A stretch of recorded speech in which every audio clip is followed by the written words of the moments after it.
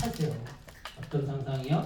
우리가 천국에 들어가서 그 가슴 벅참을 누리는 생각. 너무 안도감이 드는 거죠. 너무 안도감이 드는 거예요. 야, 이제 끝났구나. 이제 난 여기서 영원히 사는 그 안도감.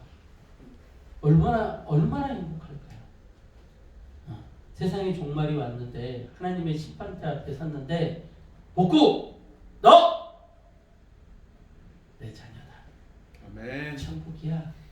라고 이야기한다면 와, 그 안도감. 다시 그건 번복되지 않아요. 하나님께서 그렇게 약속하셨거든요. 하나님이 한번 내뱉은 말은 변하지 않아요. 왜? 그분은 본인의 속성을, 하나님 자신의 속성을 그렇게 우리한테 계시하셨어요. 한번 말씀하신 거는 바뀌지 않습니다. 근데 이게요, 감사하면서도 무서운 거예요. 왜요? 한번 지옥에 간 사람들은 영원히 돌이킬 수 없어요. 그 영혼은 영원히 지옥. 그러니 우리가 하나님 앞에 섰을 때 하나님께서 너 천국이야. 너 내가 구원한 자야. 라는 그 말을 들을 때 안도감이 너무나도 큰 거와 반면에 너는 왜 그렇게 살았냐? 내가 너한테 복음을 전하지 않았냐? 너 지옥이야. 라고 이야기했을 때 그 절망감이라는 것, 그거는 상상할 수 없는 절망감이에요. 꼭 되새기세요. 꼭 때마다 시마다 그 만족감. 내가 천국을 선언받았을 때 그 만족감을 마음에 새기세요. 머릿속에 가득 채우세요. 그러면 오늘을 내가 어떻게 살아가야 될지가 분명해집니다. 그거보다 중요한 것은 없습니다. 다시 한번 얘기하지만 대선보다 그게 중요합니다. 자, 우리는 지난주에 제자의 본질에 대해 묵상해 보았습니다. 제자의 본질은 하나님 나라의 회복에 있습니다. 하나님 나라의 회복에 있어요. 하나님 나라의 회복이라는 것은 궁극적으로 뭘 얘기를 하죠? 하나님 나라의 본질이 뭐라 그랬어요?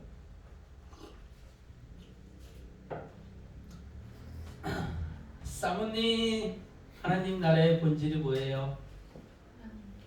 하나님의 통치죠. 되게 불안해하면서 대답을 하세요. 근데 목소리 조그맣게 하나님의 통치. 하나님의 통치죠. 하나님 나라의 본질은 하나님의 통치예요. 하나님 나라의 회복이라는 건 뭐냐면 우리가 하나님의 통치를 받는 걸 회복하는 거예요.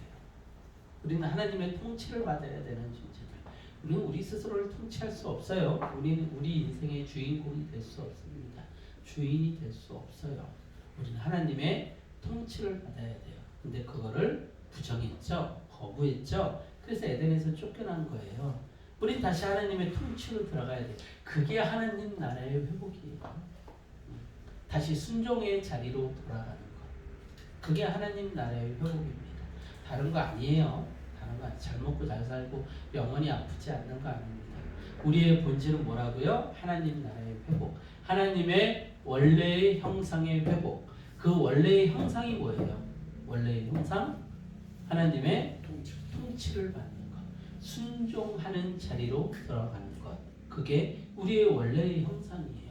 하나님께서 아담을 만들어서 아담에게 기대했던 것이 뭐였어요? 바로 그 순종이었어요. 하나님의 통치 가운데 들어가서 또 만물을 통치하는 것. 그것이 우리의 본질이었죠. 우리를 창조하실 때 창조의 목적이 그거였어요. 근데 그걸 잃어버린 거예요. 잊어버린 거예요. 그리고서는 에덴에서 쫓겨난 거죠. 이제 그걸 다시 회복하는 게 하나님 나라로 들어가는 거예요. 우리가 하나님 나라를 회복한다는 것, 새 에덴에 들어간다는 것은 복잡하지 않아요. 하나님의 통치에 들어가는 거예요. 우리가 지금 이 순간 하나님의 통치에 들어가고 지금 이 순간 순종하면 지금 내가 사는 삶이 뭐예요? 천국인 거예요. 하나님 나라인 거예요. 내가 지금 하나님 통치대로 살아가면 지금 내가 하나님의 나라를 경험하는 거예요. 그래서 이미 왔으나 아직 오지 않은 하나님의 나라인 거죠. 지금 통치하는 사람에게 영원은 이미 약속된 거예요. 이미 약속된 거예요. 지금 순종하는 자에게 영혼은 이미 약속된 거예요. 성경 어렵지 않습니다. 계속해서 하나님은 뭐라고 얘기를 하세요? 구약부터 쭉 이야기하신 게 뭐예요? 말씀의 순종이라. 그래서 구약에서는 율법을 통하여서 우리가 말씀에 순종하기를 원하셨죠. 신약에 와서는 예수님의 말씀에 순종하기를 원하신 거예요. 그래서 예수님과 온전히 연합함으로 말미암아 순종하신 예수님과 온전히 하나 되어 우리도 순종의 자리로 나아가는 거예요. 아담이 에덴에서 쫓겨난 것은 무엇 때문에 쫓겨났어요? 불순종했기 때문에 쫓겨났어요. 어렵지 않아요. 성경은 그 맥을 통하여서 쭉 진행이 됩니다.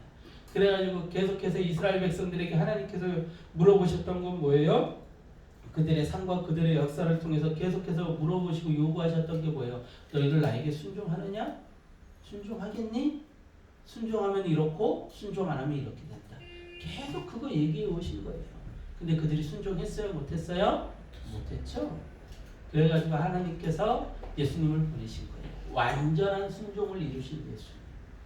바로 너희들의 모델이 바로 예수다 라고 해서 예수님께서 이 땅에 오셔서 완전한 순종을 이루신 거죠. 그래서 우리는 예수님을 보면서 완전한 순종을 해야 돼요. 그 순종의 첫걸음은 뭡니까? 십자가 지는 것.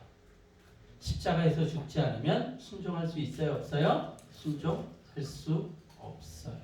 그래서 제자들이 자신들이 그 성령 세례를 받으면서 과거의 옛 자아가 죽고 다시 하나님의 그 생기, 푸뉴마가 우리 안에 들어오면서 다시 살게 되는 거죠.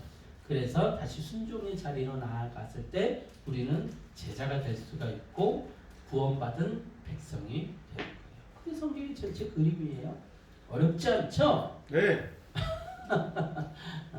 그러니까 결국은 우리가 지금 이 순간 순종해야 되는 거예요. 지금 이 순간 네. 하나님의 통치 안에 들어가야 되는 것이죠.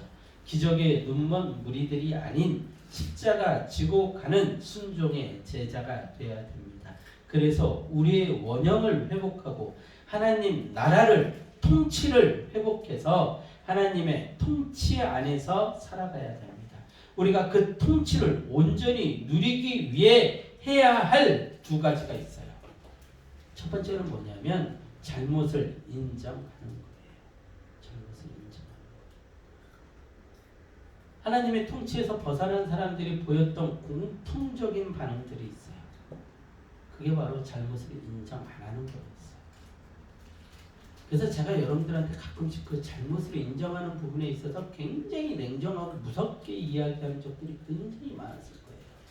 그게 성경의 중요한 핵심 중에 하나거든요.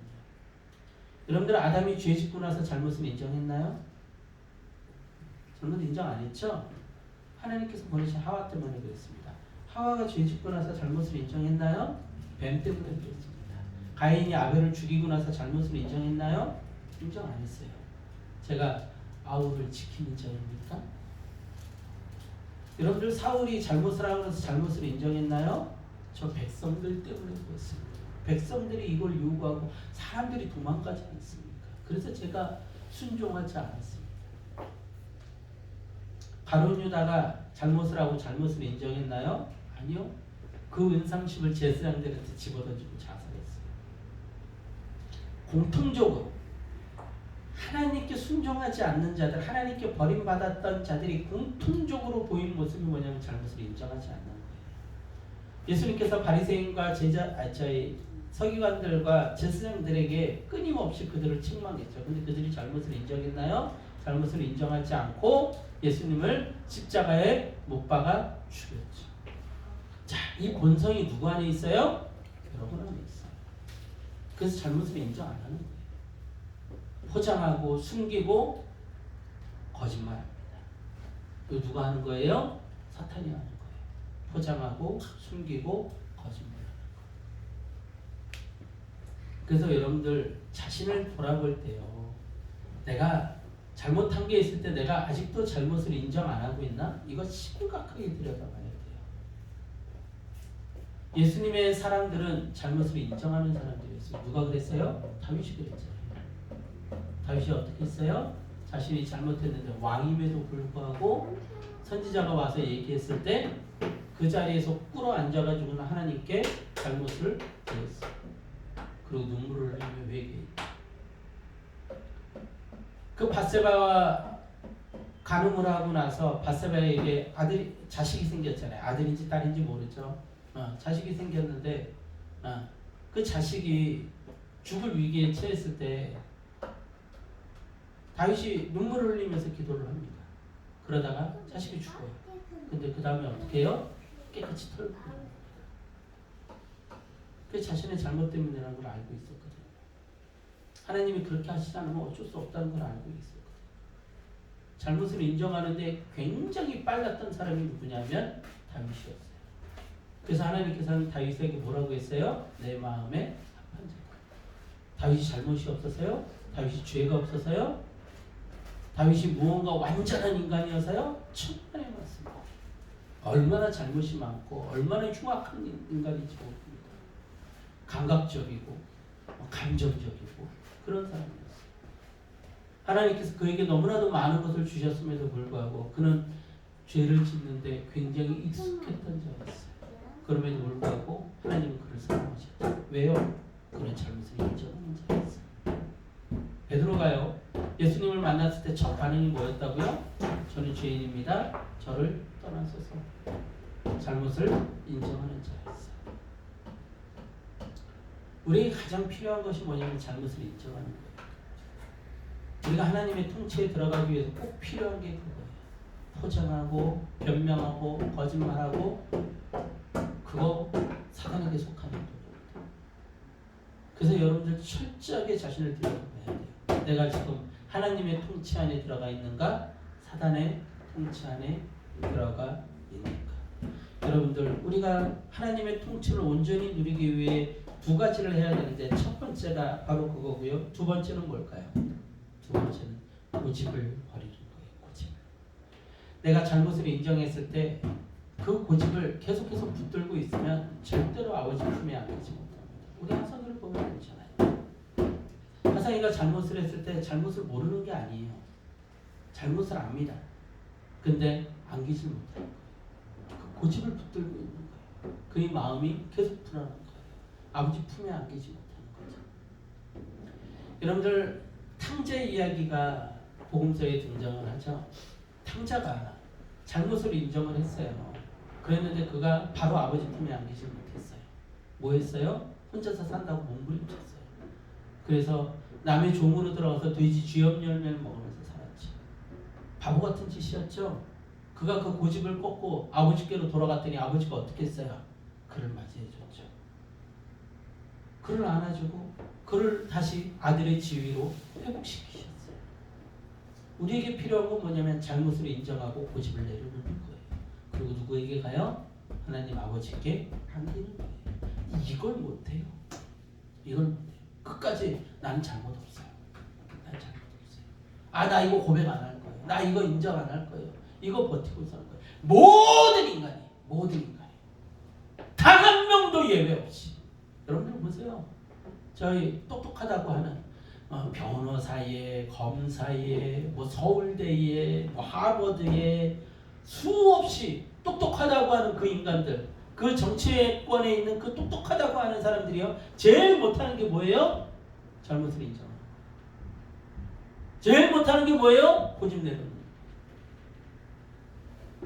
그 인간의 본성이에요. 하나님이 아주 좋은 교보제를 매일 보여주는 거예요. 봐라! 저들이 똑똑하다고 해서 수학 문제를 많이 풀었다고 해서 좋은 대학을 나왔다고 해서 영어를 잘한다고 해서 그게 되느냐? 안 돼요. 안 돼. 그건 인간의 본성이기 때문이죠. 그걸 붙들고 있는 인간들을 하나님은 절대로 천국에 들이지 않습니다. 절대로. 다 멸망당했죠. 다. 하나님의 통치 안에 들어가기 위해서 두 가지가 꼭 필요합니다. 뭐예요? 잘못을 인정하는 것, 고집을 내려놓는 것. 따라해보세요. 잘못을 인정하는 것. 잘못을 인정하자. 고집을 내려놓자. 고집을 내려놓자. 아멘. 두 가지예요. 두 가지. 잊어버리지 마세요. 잊어버리지 마세요. 여러분 삶 속에서 이게 드러나야 돼요. 드러나야 돼요. 잘못 인정 안 하잖아요. 자꾸 변명하고 핑계 대잖아요. 나 틀리지 않았어요 라고 얘기하잖아요. 그런 걸 볼 때마다 너무 가슴이 아파요. 왜 저게 저렇게 어려울까?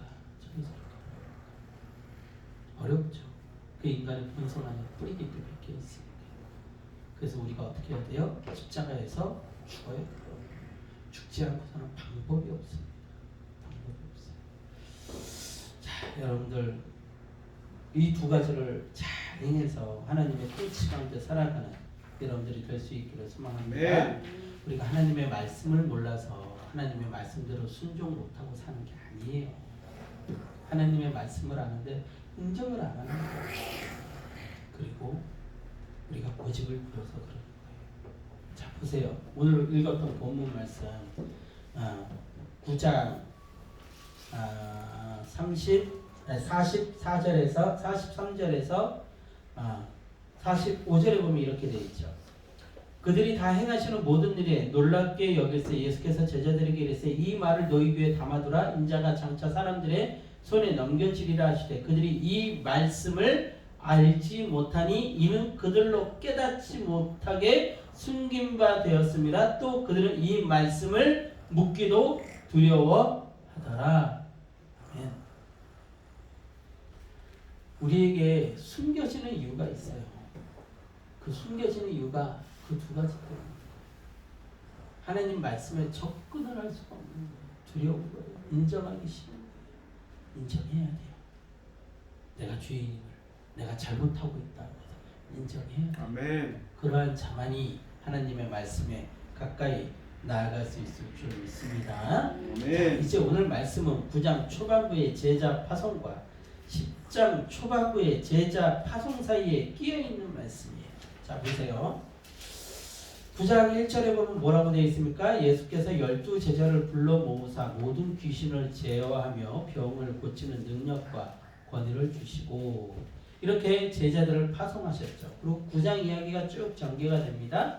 그리고 10장 1절에 또 뭐라고 되어 있어요? 그 후에 주께서 따로 70인을 세우사 친히 가시려는 각 동네와 각 지역으로 둘씩 앞서 보내시며. 자, 이 70인 파송의 이야기는 오로지 이 누가복음에만 있습니다.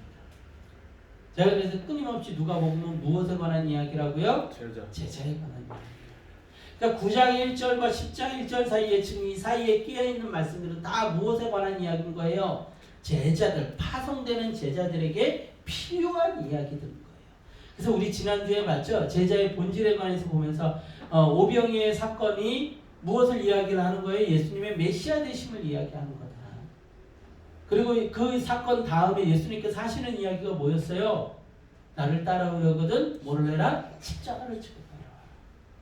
그러니까 계속해서 이 9장 1절과 10장 1절 사이에 있는 이 사건들, 여러 가지 사건들이 등장하는데 이 사건들은 제자들이 파송되기에 필요한 이야기들이 그 안에 핵심적으로 막 들어있는 거예요.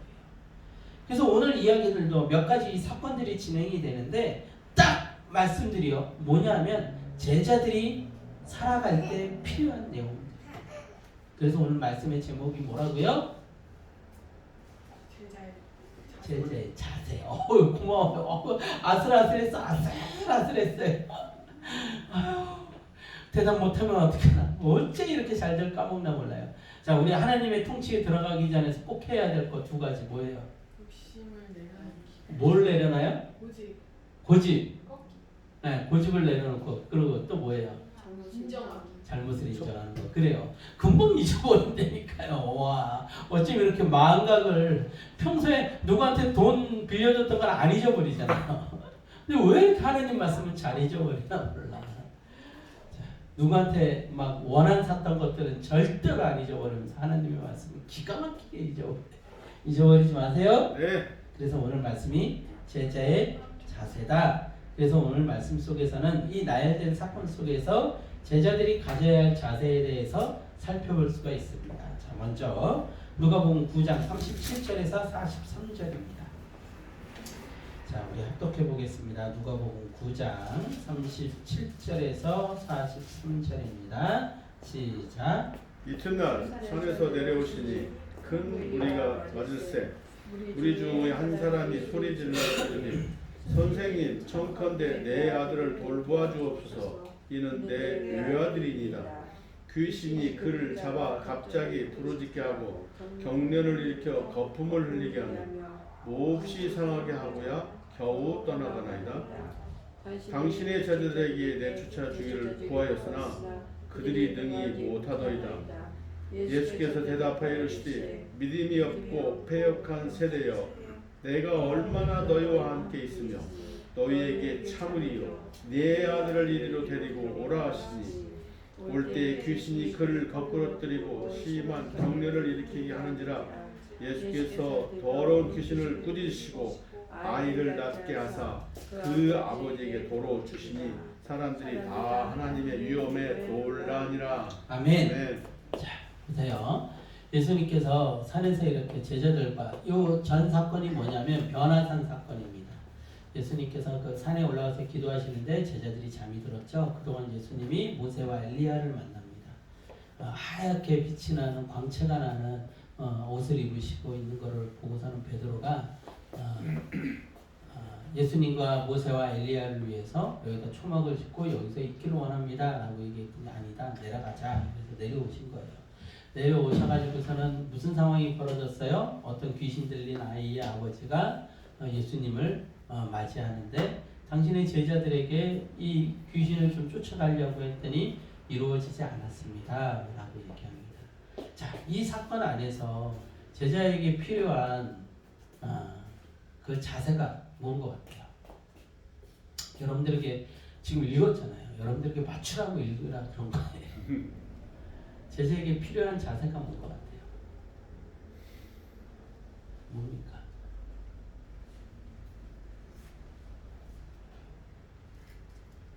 믿음이요. 네, 믿음이 없는 게 아니라 믿음이죠. 제자에게 필요한 자세는 믿음입니다. 자, 우리에게 믿음이 없으면 무슨 일이 벌어져요? 자, 보세요. 38절에 보면 무리 중에 한 사람이 소리질러 이르되 선생님 청컨대 내 아들을 돌보아 주옵소서. 예수님에 대해서 이 귀신 들린 아이의 아버지가 뭐라고 부르고 있습니까? 선생님이라고 부르고 있어요. 근데 예수님은 메시아시죠?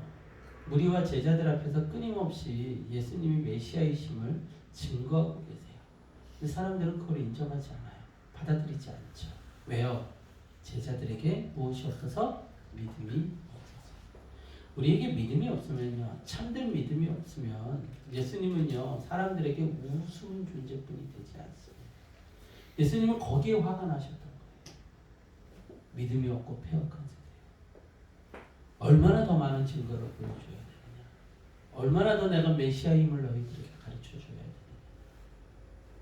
하나님 되신 예수님을 그렇게 무시하는 그 인생들 앞에서 하나님은 그들에게 분노하시고 계시는 거죠.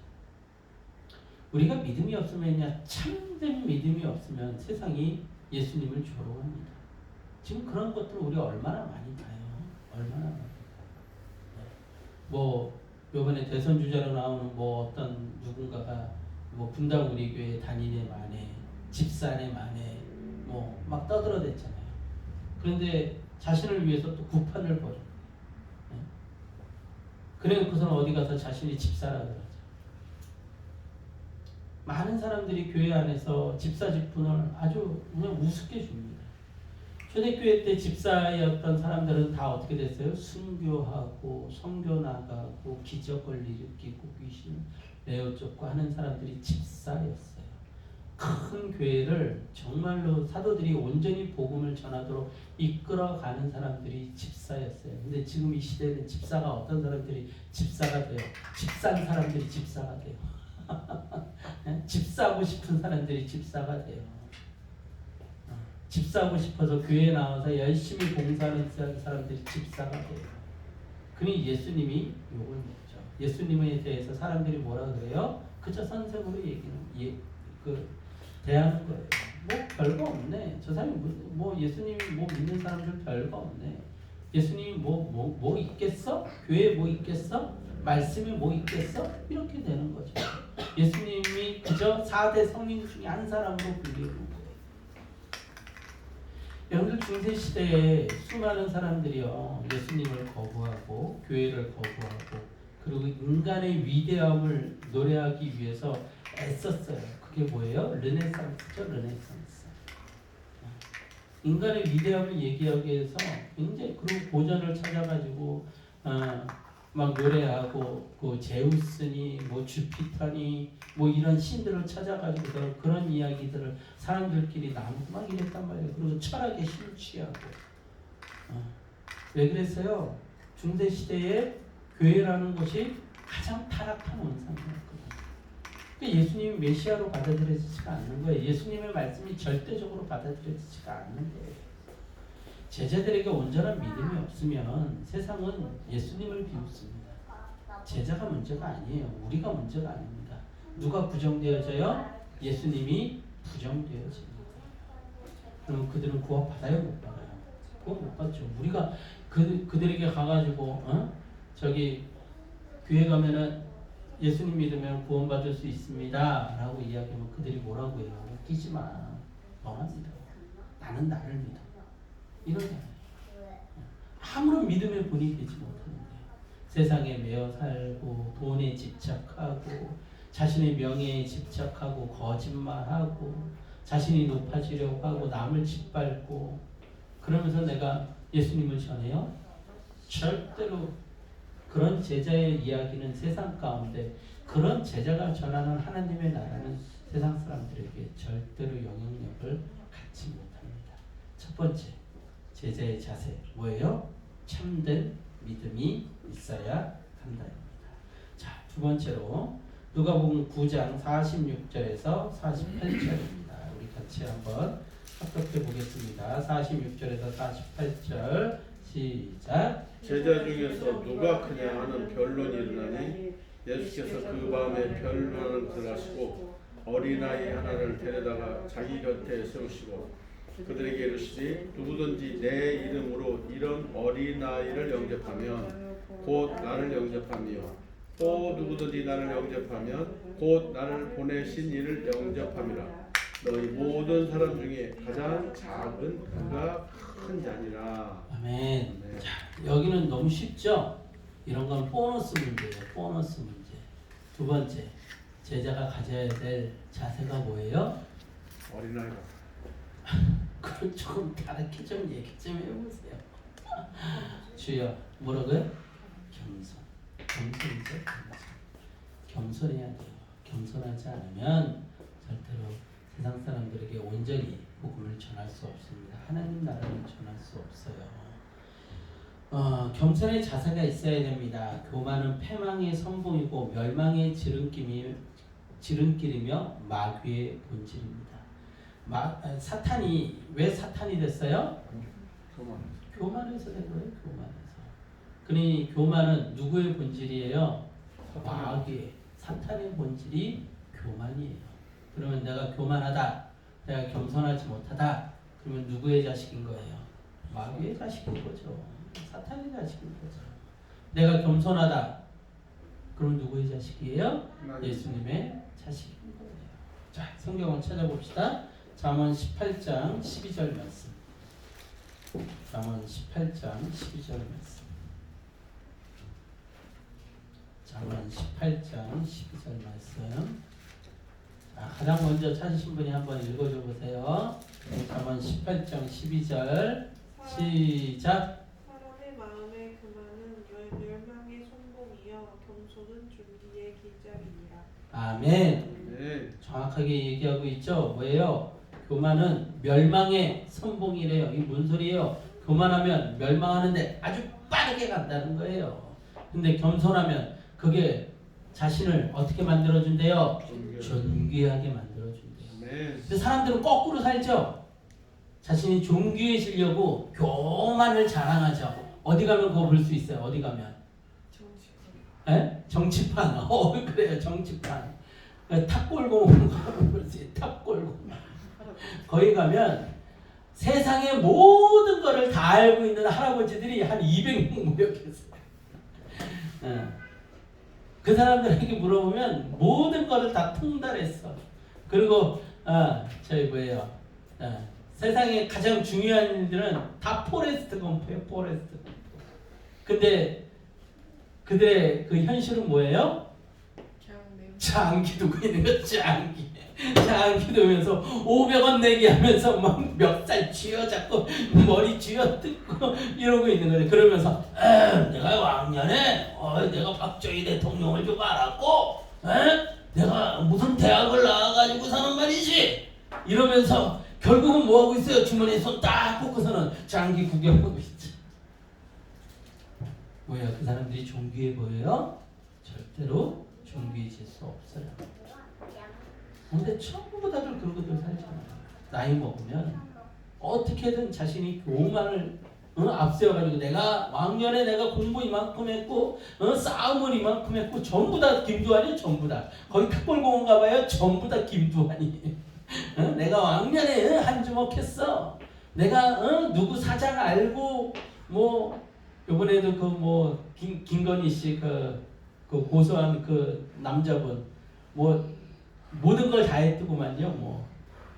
뭐 무슨 회장이 자기를 초대해가지고 갔는데 김건희 씨가 와가지고 자기에게 접대를 하고 저 또 누구예요? 저 이재명 씨가 어린 이재명 씨가 와가지고 태권도를 배우러 오고 모든 역사에 다 참견을 하셨어. 지금 역사의 주인공으로 있는 사람들을 다 알아. 근데 그 사람이 존귀하게 여겨져요. 여러분들은 우와 저 사람 그랬어? 우와 대단한 사람이네.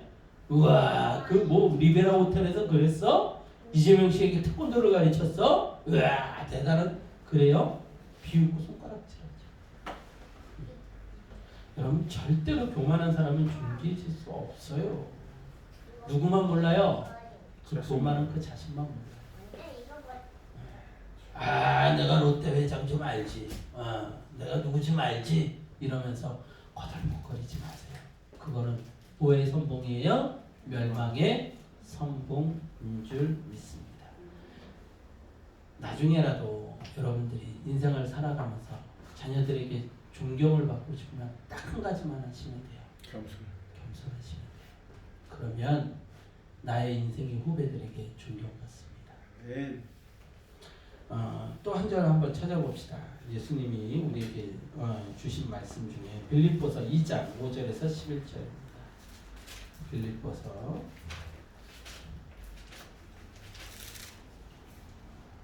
2장 5절에서 11절입니다. 빌립보서 2장 5절에서 11절. 자, 이건 우리 합독해 봅시다. 시작. 너희 안에 이 마음을 품으라. 곧 그리스도 예수의 마음이니 그는 근본 하나님의 본체시나 하나님과 동등됨을 취할 것을 여기지 아니하시고 오히려 자기를 비워 종의 형체를 가지사 사람들과 같이 해주셨고 사람의 모양으로 나타나사 자기를 낮추시고 죽기까지 복종하셨으니 곧 십자가에 죽으심이라. 이러므로 하나님이 그를 지극히 높여 모든 이름 위에 뛰어난 이름을 주사 하늘에 있는 자들과 땅에 있는 자들과 땅 아래에 있는 자들로 모든 무릎을 예수의 이름에 꿇게 하시고 모든 입으로 예수 그리스도를 주라 시인하여 하나님 아버지께 영광을 돌리게 하셨느니라. 아멘. 아멘. 예수님께서 모든 만물의 주인이 되시고 영광을 받으셨어요. 근데 그렇게 되신 이유에 대해서 뭐라고 얘기를 하고 있어요? 9절에 보니까 이러므로라고 돼 있어요. 그럼 그 앞에 그 이유가 나와 있죠? 뭐예요? 자기를 낮추시고 죽기까지 복종하셨으니 곧 십자가에 죽으시니라. 예수님께서 모든 만물을 통치하시고 영광을 받게 되신 그 힘이 어디에 있었어요? 십자가에서 죽으심이에요. 종의 형체를 가시다. 기억하시길 원합니다. 예수님이 우리에게 가르쳐 주신 가장 귀한 진리 가운데 하나가 바로 겸손이에요.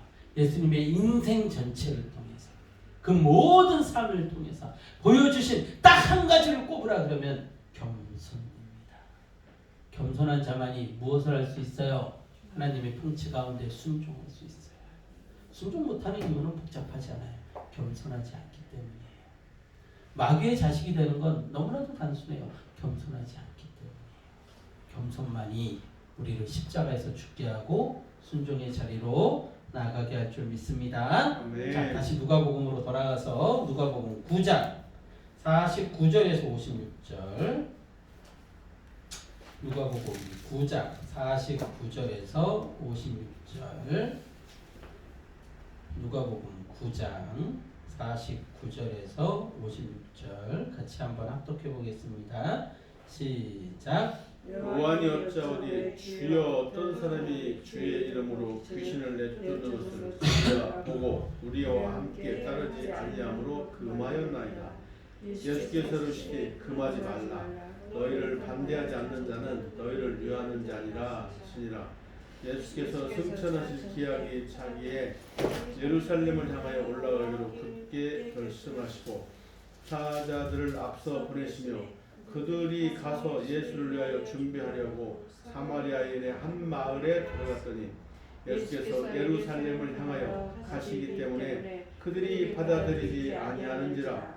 제자 야고보와 요한이 이를 보고 이르되 주여 우리가 불을 명하여 하늘로부터 내려 저들을 멸하라 하기를 원하시나이까. 예수께서 물어보시며 꾸짖으시고 함께 다른 마을로 가시니라. 아멘. 자, 여기에 드러난 제자의 자세 뭘까요?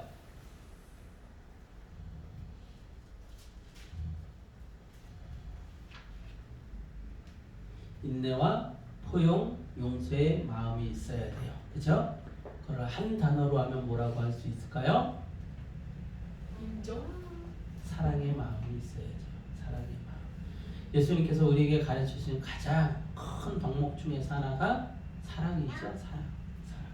자, 우리 한번 찾아봅시다. 마태복음 5장 38절에서 48절이에요. 성경이 가르치면 성경 속에서 그 해석을 찾아야 됩니다. 마태복음 5장 38절에서 48절. 여긴 제가 분독하도록 하겠습니다. 마태복음 5장 38절에서 48절. 또 눈은 눈으로 이는 이로 갚으라 하였다는 것을 너희가 들었으나 나는 너희에게 이르노니 악한 자를 대적하지 말라. 누구든지 내 오른편 뺨을 치거든 왼편도 돌려대며 또 너를 고발하여 속옷을 가지고자 하는 자에게 겉옷까지도 가지게 하며 또 누구든지 너로 억지로 오리를 가게 하거든 그 사람과 심리를 동행하고 내게 구하는 자에게 주며 내게 꾸고자 하는 자에게 거절하지 말라. 또 내 이웃을 사랑하고 내 원수를 미워하라 하였다는 것을 너희가 들었으나 나는 너희에게 이르노니 너희 원수를 사랑하며 너희를 박해하는 자를 위하여 기도하라. 이같이 한즉 하늘에 계신 너희 아버지의 아들이 되리니 이는 하나님이 그 해를 악인과 선인에게 비추시며 비를 의로운 자와 불의한 자에게 내려주심이라. 너희가 너희를 사랑하는 자를 사랑하면 무슨 상이 있으리요? 세리도 이같이 아니하느냐. 또 너희가 너희 형제에게만 무난하면 남보다 더하는 것이 무엇이냐. 이방인들도 이같이 아니하느냐. 그러므로 하늘에 계신 너희 아버지의 온전하심과 같이 너희도 온전하라. 아멘. 아멘. 예수님께서 우리에게 주신 산상수훈의 말씀이시죠. 제자에게 필요한 중요한 덕목, 자세 뭐예요? 사랑인 줄 믿으시길 소망합니다. 자, 다시 누가복음으로 돌아가서 마지막으로 누가복음 9장 57절에서 62절입니다.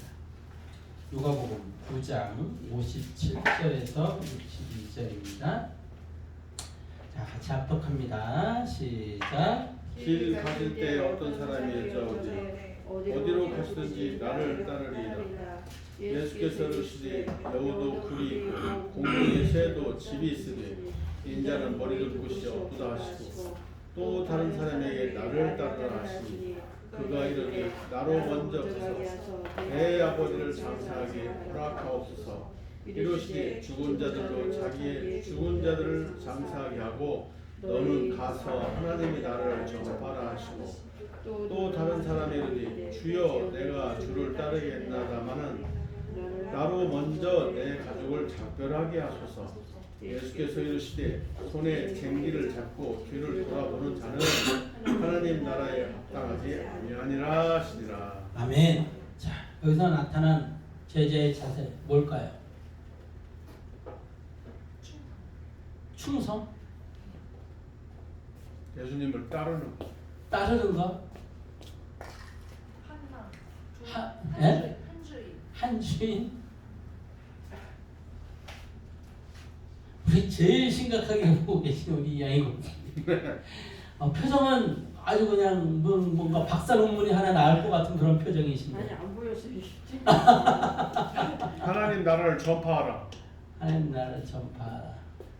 자, 우리 제일 머리가 톡톡 튀는 우리 청년 저 다 했는데 참. 뭘 다 해요? 아니 이거 다 아니야. 네, 뭐요? 현실에 집착하지 않아. 현실에 집착하지 마라. 또 하나님 나라. 하나님 나라 그건 아빠가 했어. 현실에 시작하지 마라.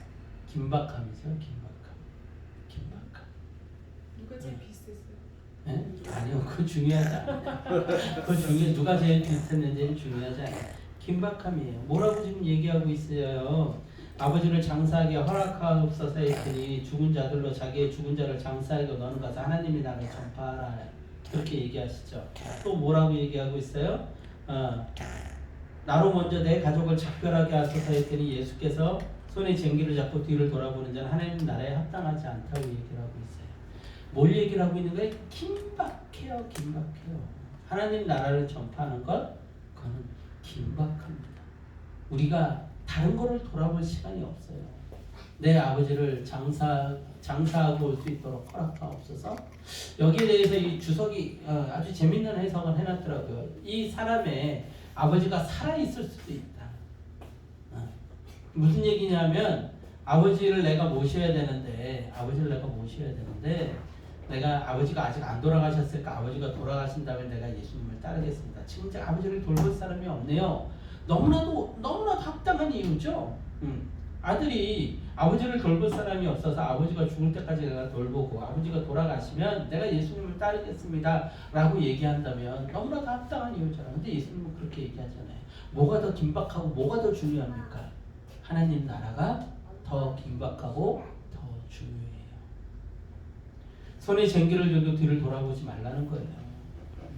더 중요하고 더 긴박한 것이 있어요. 지금 농사 짓는 것보다 더 긴박하고 더 중요한 게 있어요. 예수님께서 하신 예화 중에서 그런 예화가 있죠. 어떤 사람들에게 제자들로 하여금 잔치에 초청을 했더니 어떤 사람은 나는 장가 가야 돼서, 나는 농사 지어야 돼서, 나는 돈을 벌어야 돼서 나는 지금 그 잔치에 참여할 수 없습니다. 그래서 예수님께서 길거리에 나가 다른 사람들을 초청해 오라고 얘기를 하시죠. 그거예요. 여러분들 다른 거에 생각이 팔려 있고 하나님 나라가 두 번째, 세 번째인 사람들은 결코 하나님 나라에 들어갈 수가 없습니다. 근데 보통 이 땅을 살아가는 사람들이 대부분 그렇게 살아간다는 거예요. 여러분들 믿지 않는 사람들이 제일 많이 되는 핑계가 뭐예요? 돈 벌기. 나중에요. 자식들에게 권사라는 사람들이, 장로라는 사람들이, 집사라는 사람들이 아이들에게 하는 얘기가 뭔지 압니까? 지금은 대학 가는데 집중해. 나중에 대학 가서 다니면 돼. 나중에. 제일 무서운 얘기가 뭔지 아십니까? 나중에요. 이 땅의 젊은이들을 망쳐놓은 그 세 단어. 나중에. 아이들이 초등학교 때 교회 간다 그러면 나중에. 지금 너 공부해야지. 중고등학생 애들이 시험 기간에 교회 간다 그러면 뭐라 그래요? 나중에. 시험 끝나고 나서, 중간고사 끝나고 나서, 기말고사 끝나고 나서. 제가 그 아이들에게 제일 많이 했던 얘기가 너희 시험 언제 끝나는데? 너희 시험 안 끝나잖아. 또 시험 있잖아. 중간고사 끝나고 나면 한 2주 나오고 나서는 또 기말고사 준비해. 그게 아이들이에요. 제일 무서운 얘기가 나중에예요. 무언가 여지를 둔 것 같죠. 무언가 가능성을 둔 것 같죠. 천만의 말씀에 그 사람들에게 가능성 없어요. 우리에게 가장 중요한 건 긴박함이에요. 예수님은 긴박하세요. 예수님은 급하세요. 그래서 제자들에게 뭐라고 얘기하십니까? 급하다. 지금 그 얘기를 하고 계신 거예요. 제가 아까 처음에 얘기했죠. 오늘 예수님이 오신다. 여러분들 그 얘기가 틀린 얘기 같아요? 내가 오늘 결단하지 못하면 내일 결단할 수 있을 것 같습니까? 내가 오늘 변화 안 되고 내일 변화될 수 있을 것 같아요? 천만의 말씀이에요. 천만에 시간 없어요. 기회 없습니다. 우크라이나에 전쟁이 일어났죠. 그 사람들이 전쟁을 원하는 사람들이 누가 있었을까요? 안타까운 소식들이 많이 들려오더라고요. 축구 선수였던 누구, 아주 젊어요. 너무 잘생겼어요. 22살이에요. 촉망받는 축구 선수였어요. 근데 전쟁이 나와서 죽었어요. 폭탄이 어디에 떨어질지 어떻게 알죠? 탱크가 언제 터질지 어떻게 알죠? 그 전쟁이 우리나라에는 아니 그런 걸 떠나서 내 마음이 긴박하지 않은데 내 마음이 당장 내가 죄를 지어서 죽게 생겼다고 하는 긴박한 마음이 없는데 그 사람이 구원을 받아요?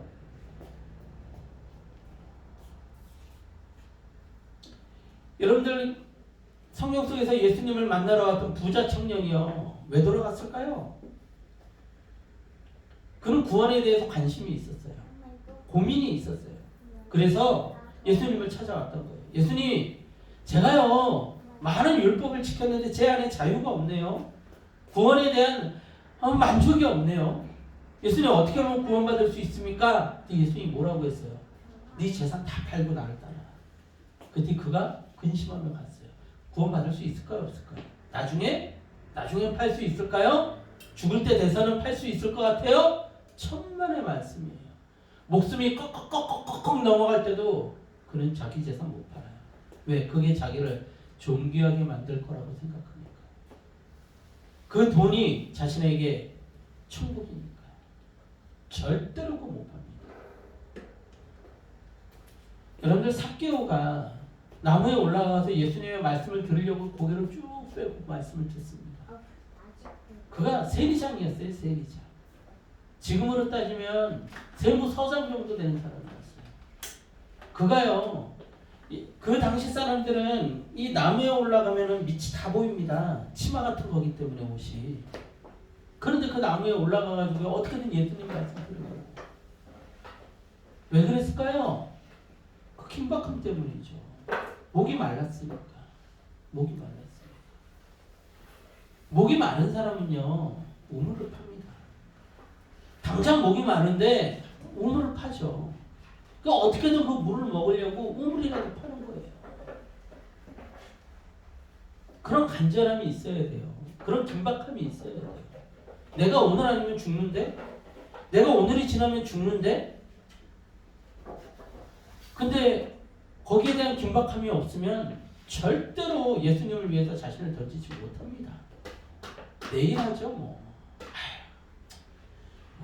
한 달 뒤에 하죠 1년 뒤에 하죠 나의 머리가 허옇게 샜는데 내가 뭘 하겠습니까? 나 이렇게 허리가 꼬부라졌는데 뭘 하겠습니까? 그 얘기하는 사람들은 다 동일하게 뭐가 없는 거예요? 긴박함이 없는 거예요. 당장 예수님 만나게 생겼는데 내가 허리가 꼬부라지든 머리가 휘어지든 사람들한테 무시를 당하든 복음 전하는 거예요.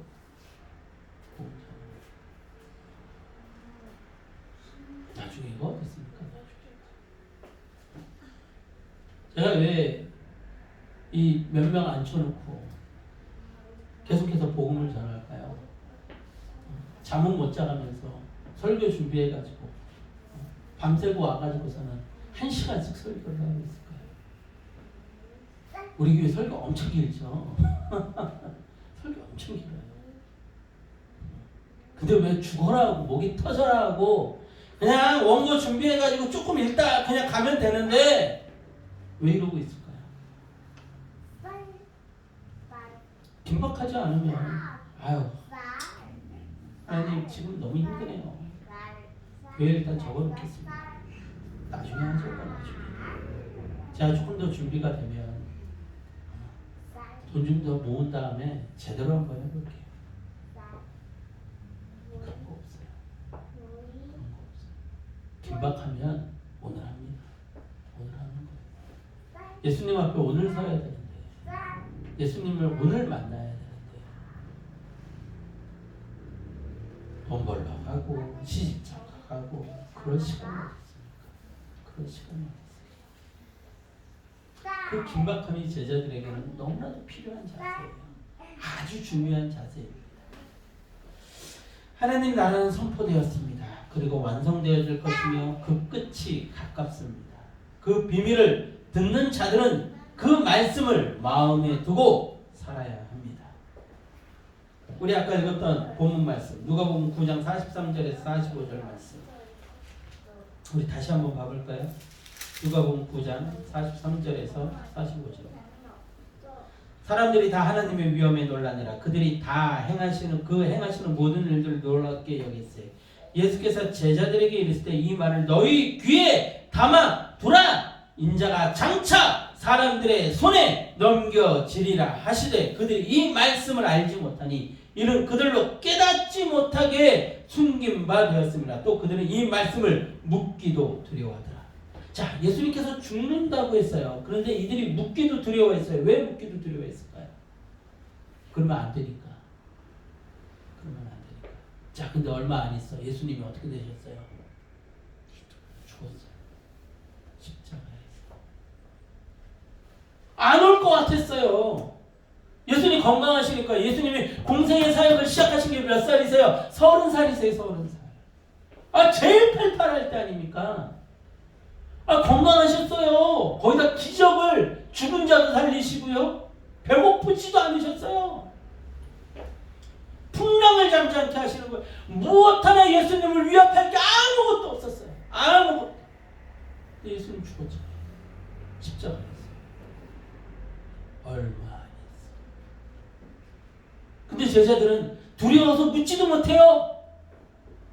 아, 예수님 정말로 그렇게 되나요? 안 되는데? 아, 나 돈 벌어야 되는데? 나 높은 위치에 올라가야 되는데? 아, 나 이 로마를 정복하고 이스라엘이 로마를 정복하고 새로운 나라가 만들어지면 예수님의 국무총리가 돼가지고 국방부 장관이 돼가지고 나라를 다스려야 되는데 내가 그래서 예수님 따르고 있는 건데 착각 속에서 묻기도 두려워하는 거예요. 묻기도. 그렇지 않아요. 예수님의 모든 말씀은 당장 우리 안에서 이루어집니다. 아멘. 아멘. 그것이요 우리에게 허락되어진 비밀이라는 거예요. 그 비밀이 우리에게 허락되어졌어요. 근데 그걸 무시하면 어떻게 돼요? 하나님께서 심판대 앞에서 물으시는 거예요. 너 그날 2022년 3월 6일 이복구 목사가 너에게 복음 전하지 않았느냐? 긴박하다고 얘기하지 않았느냐? 근데 너는 왜 무시했느냐? 네 마음을 왜 나에게 주지 못했느냐? 물어보신다. 여러분 가장 중요한 선교지는 어디예요? 가장 중요한 선교지 자신의 마음이에요. 여러분들의 마음을 복음 앞에 굴복시키세요. 아주 급합니다.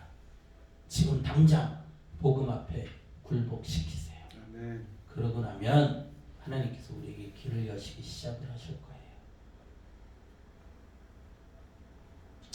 현실에 매여 죄에 사로잡혀 두려워하는 인생이 아니라 기대하며 기도하고 긴박함에 준비하는 인생이 되어야 할 줄 믿습니다. 다시 한번요. 기대하며 기도하고 긴박함에 준비하는 인생이 되어야 할 줄 믿습니다. 아멘. 찬양하고 기도합시다.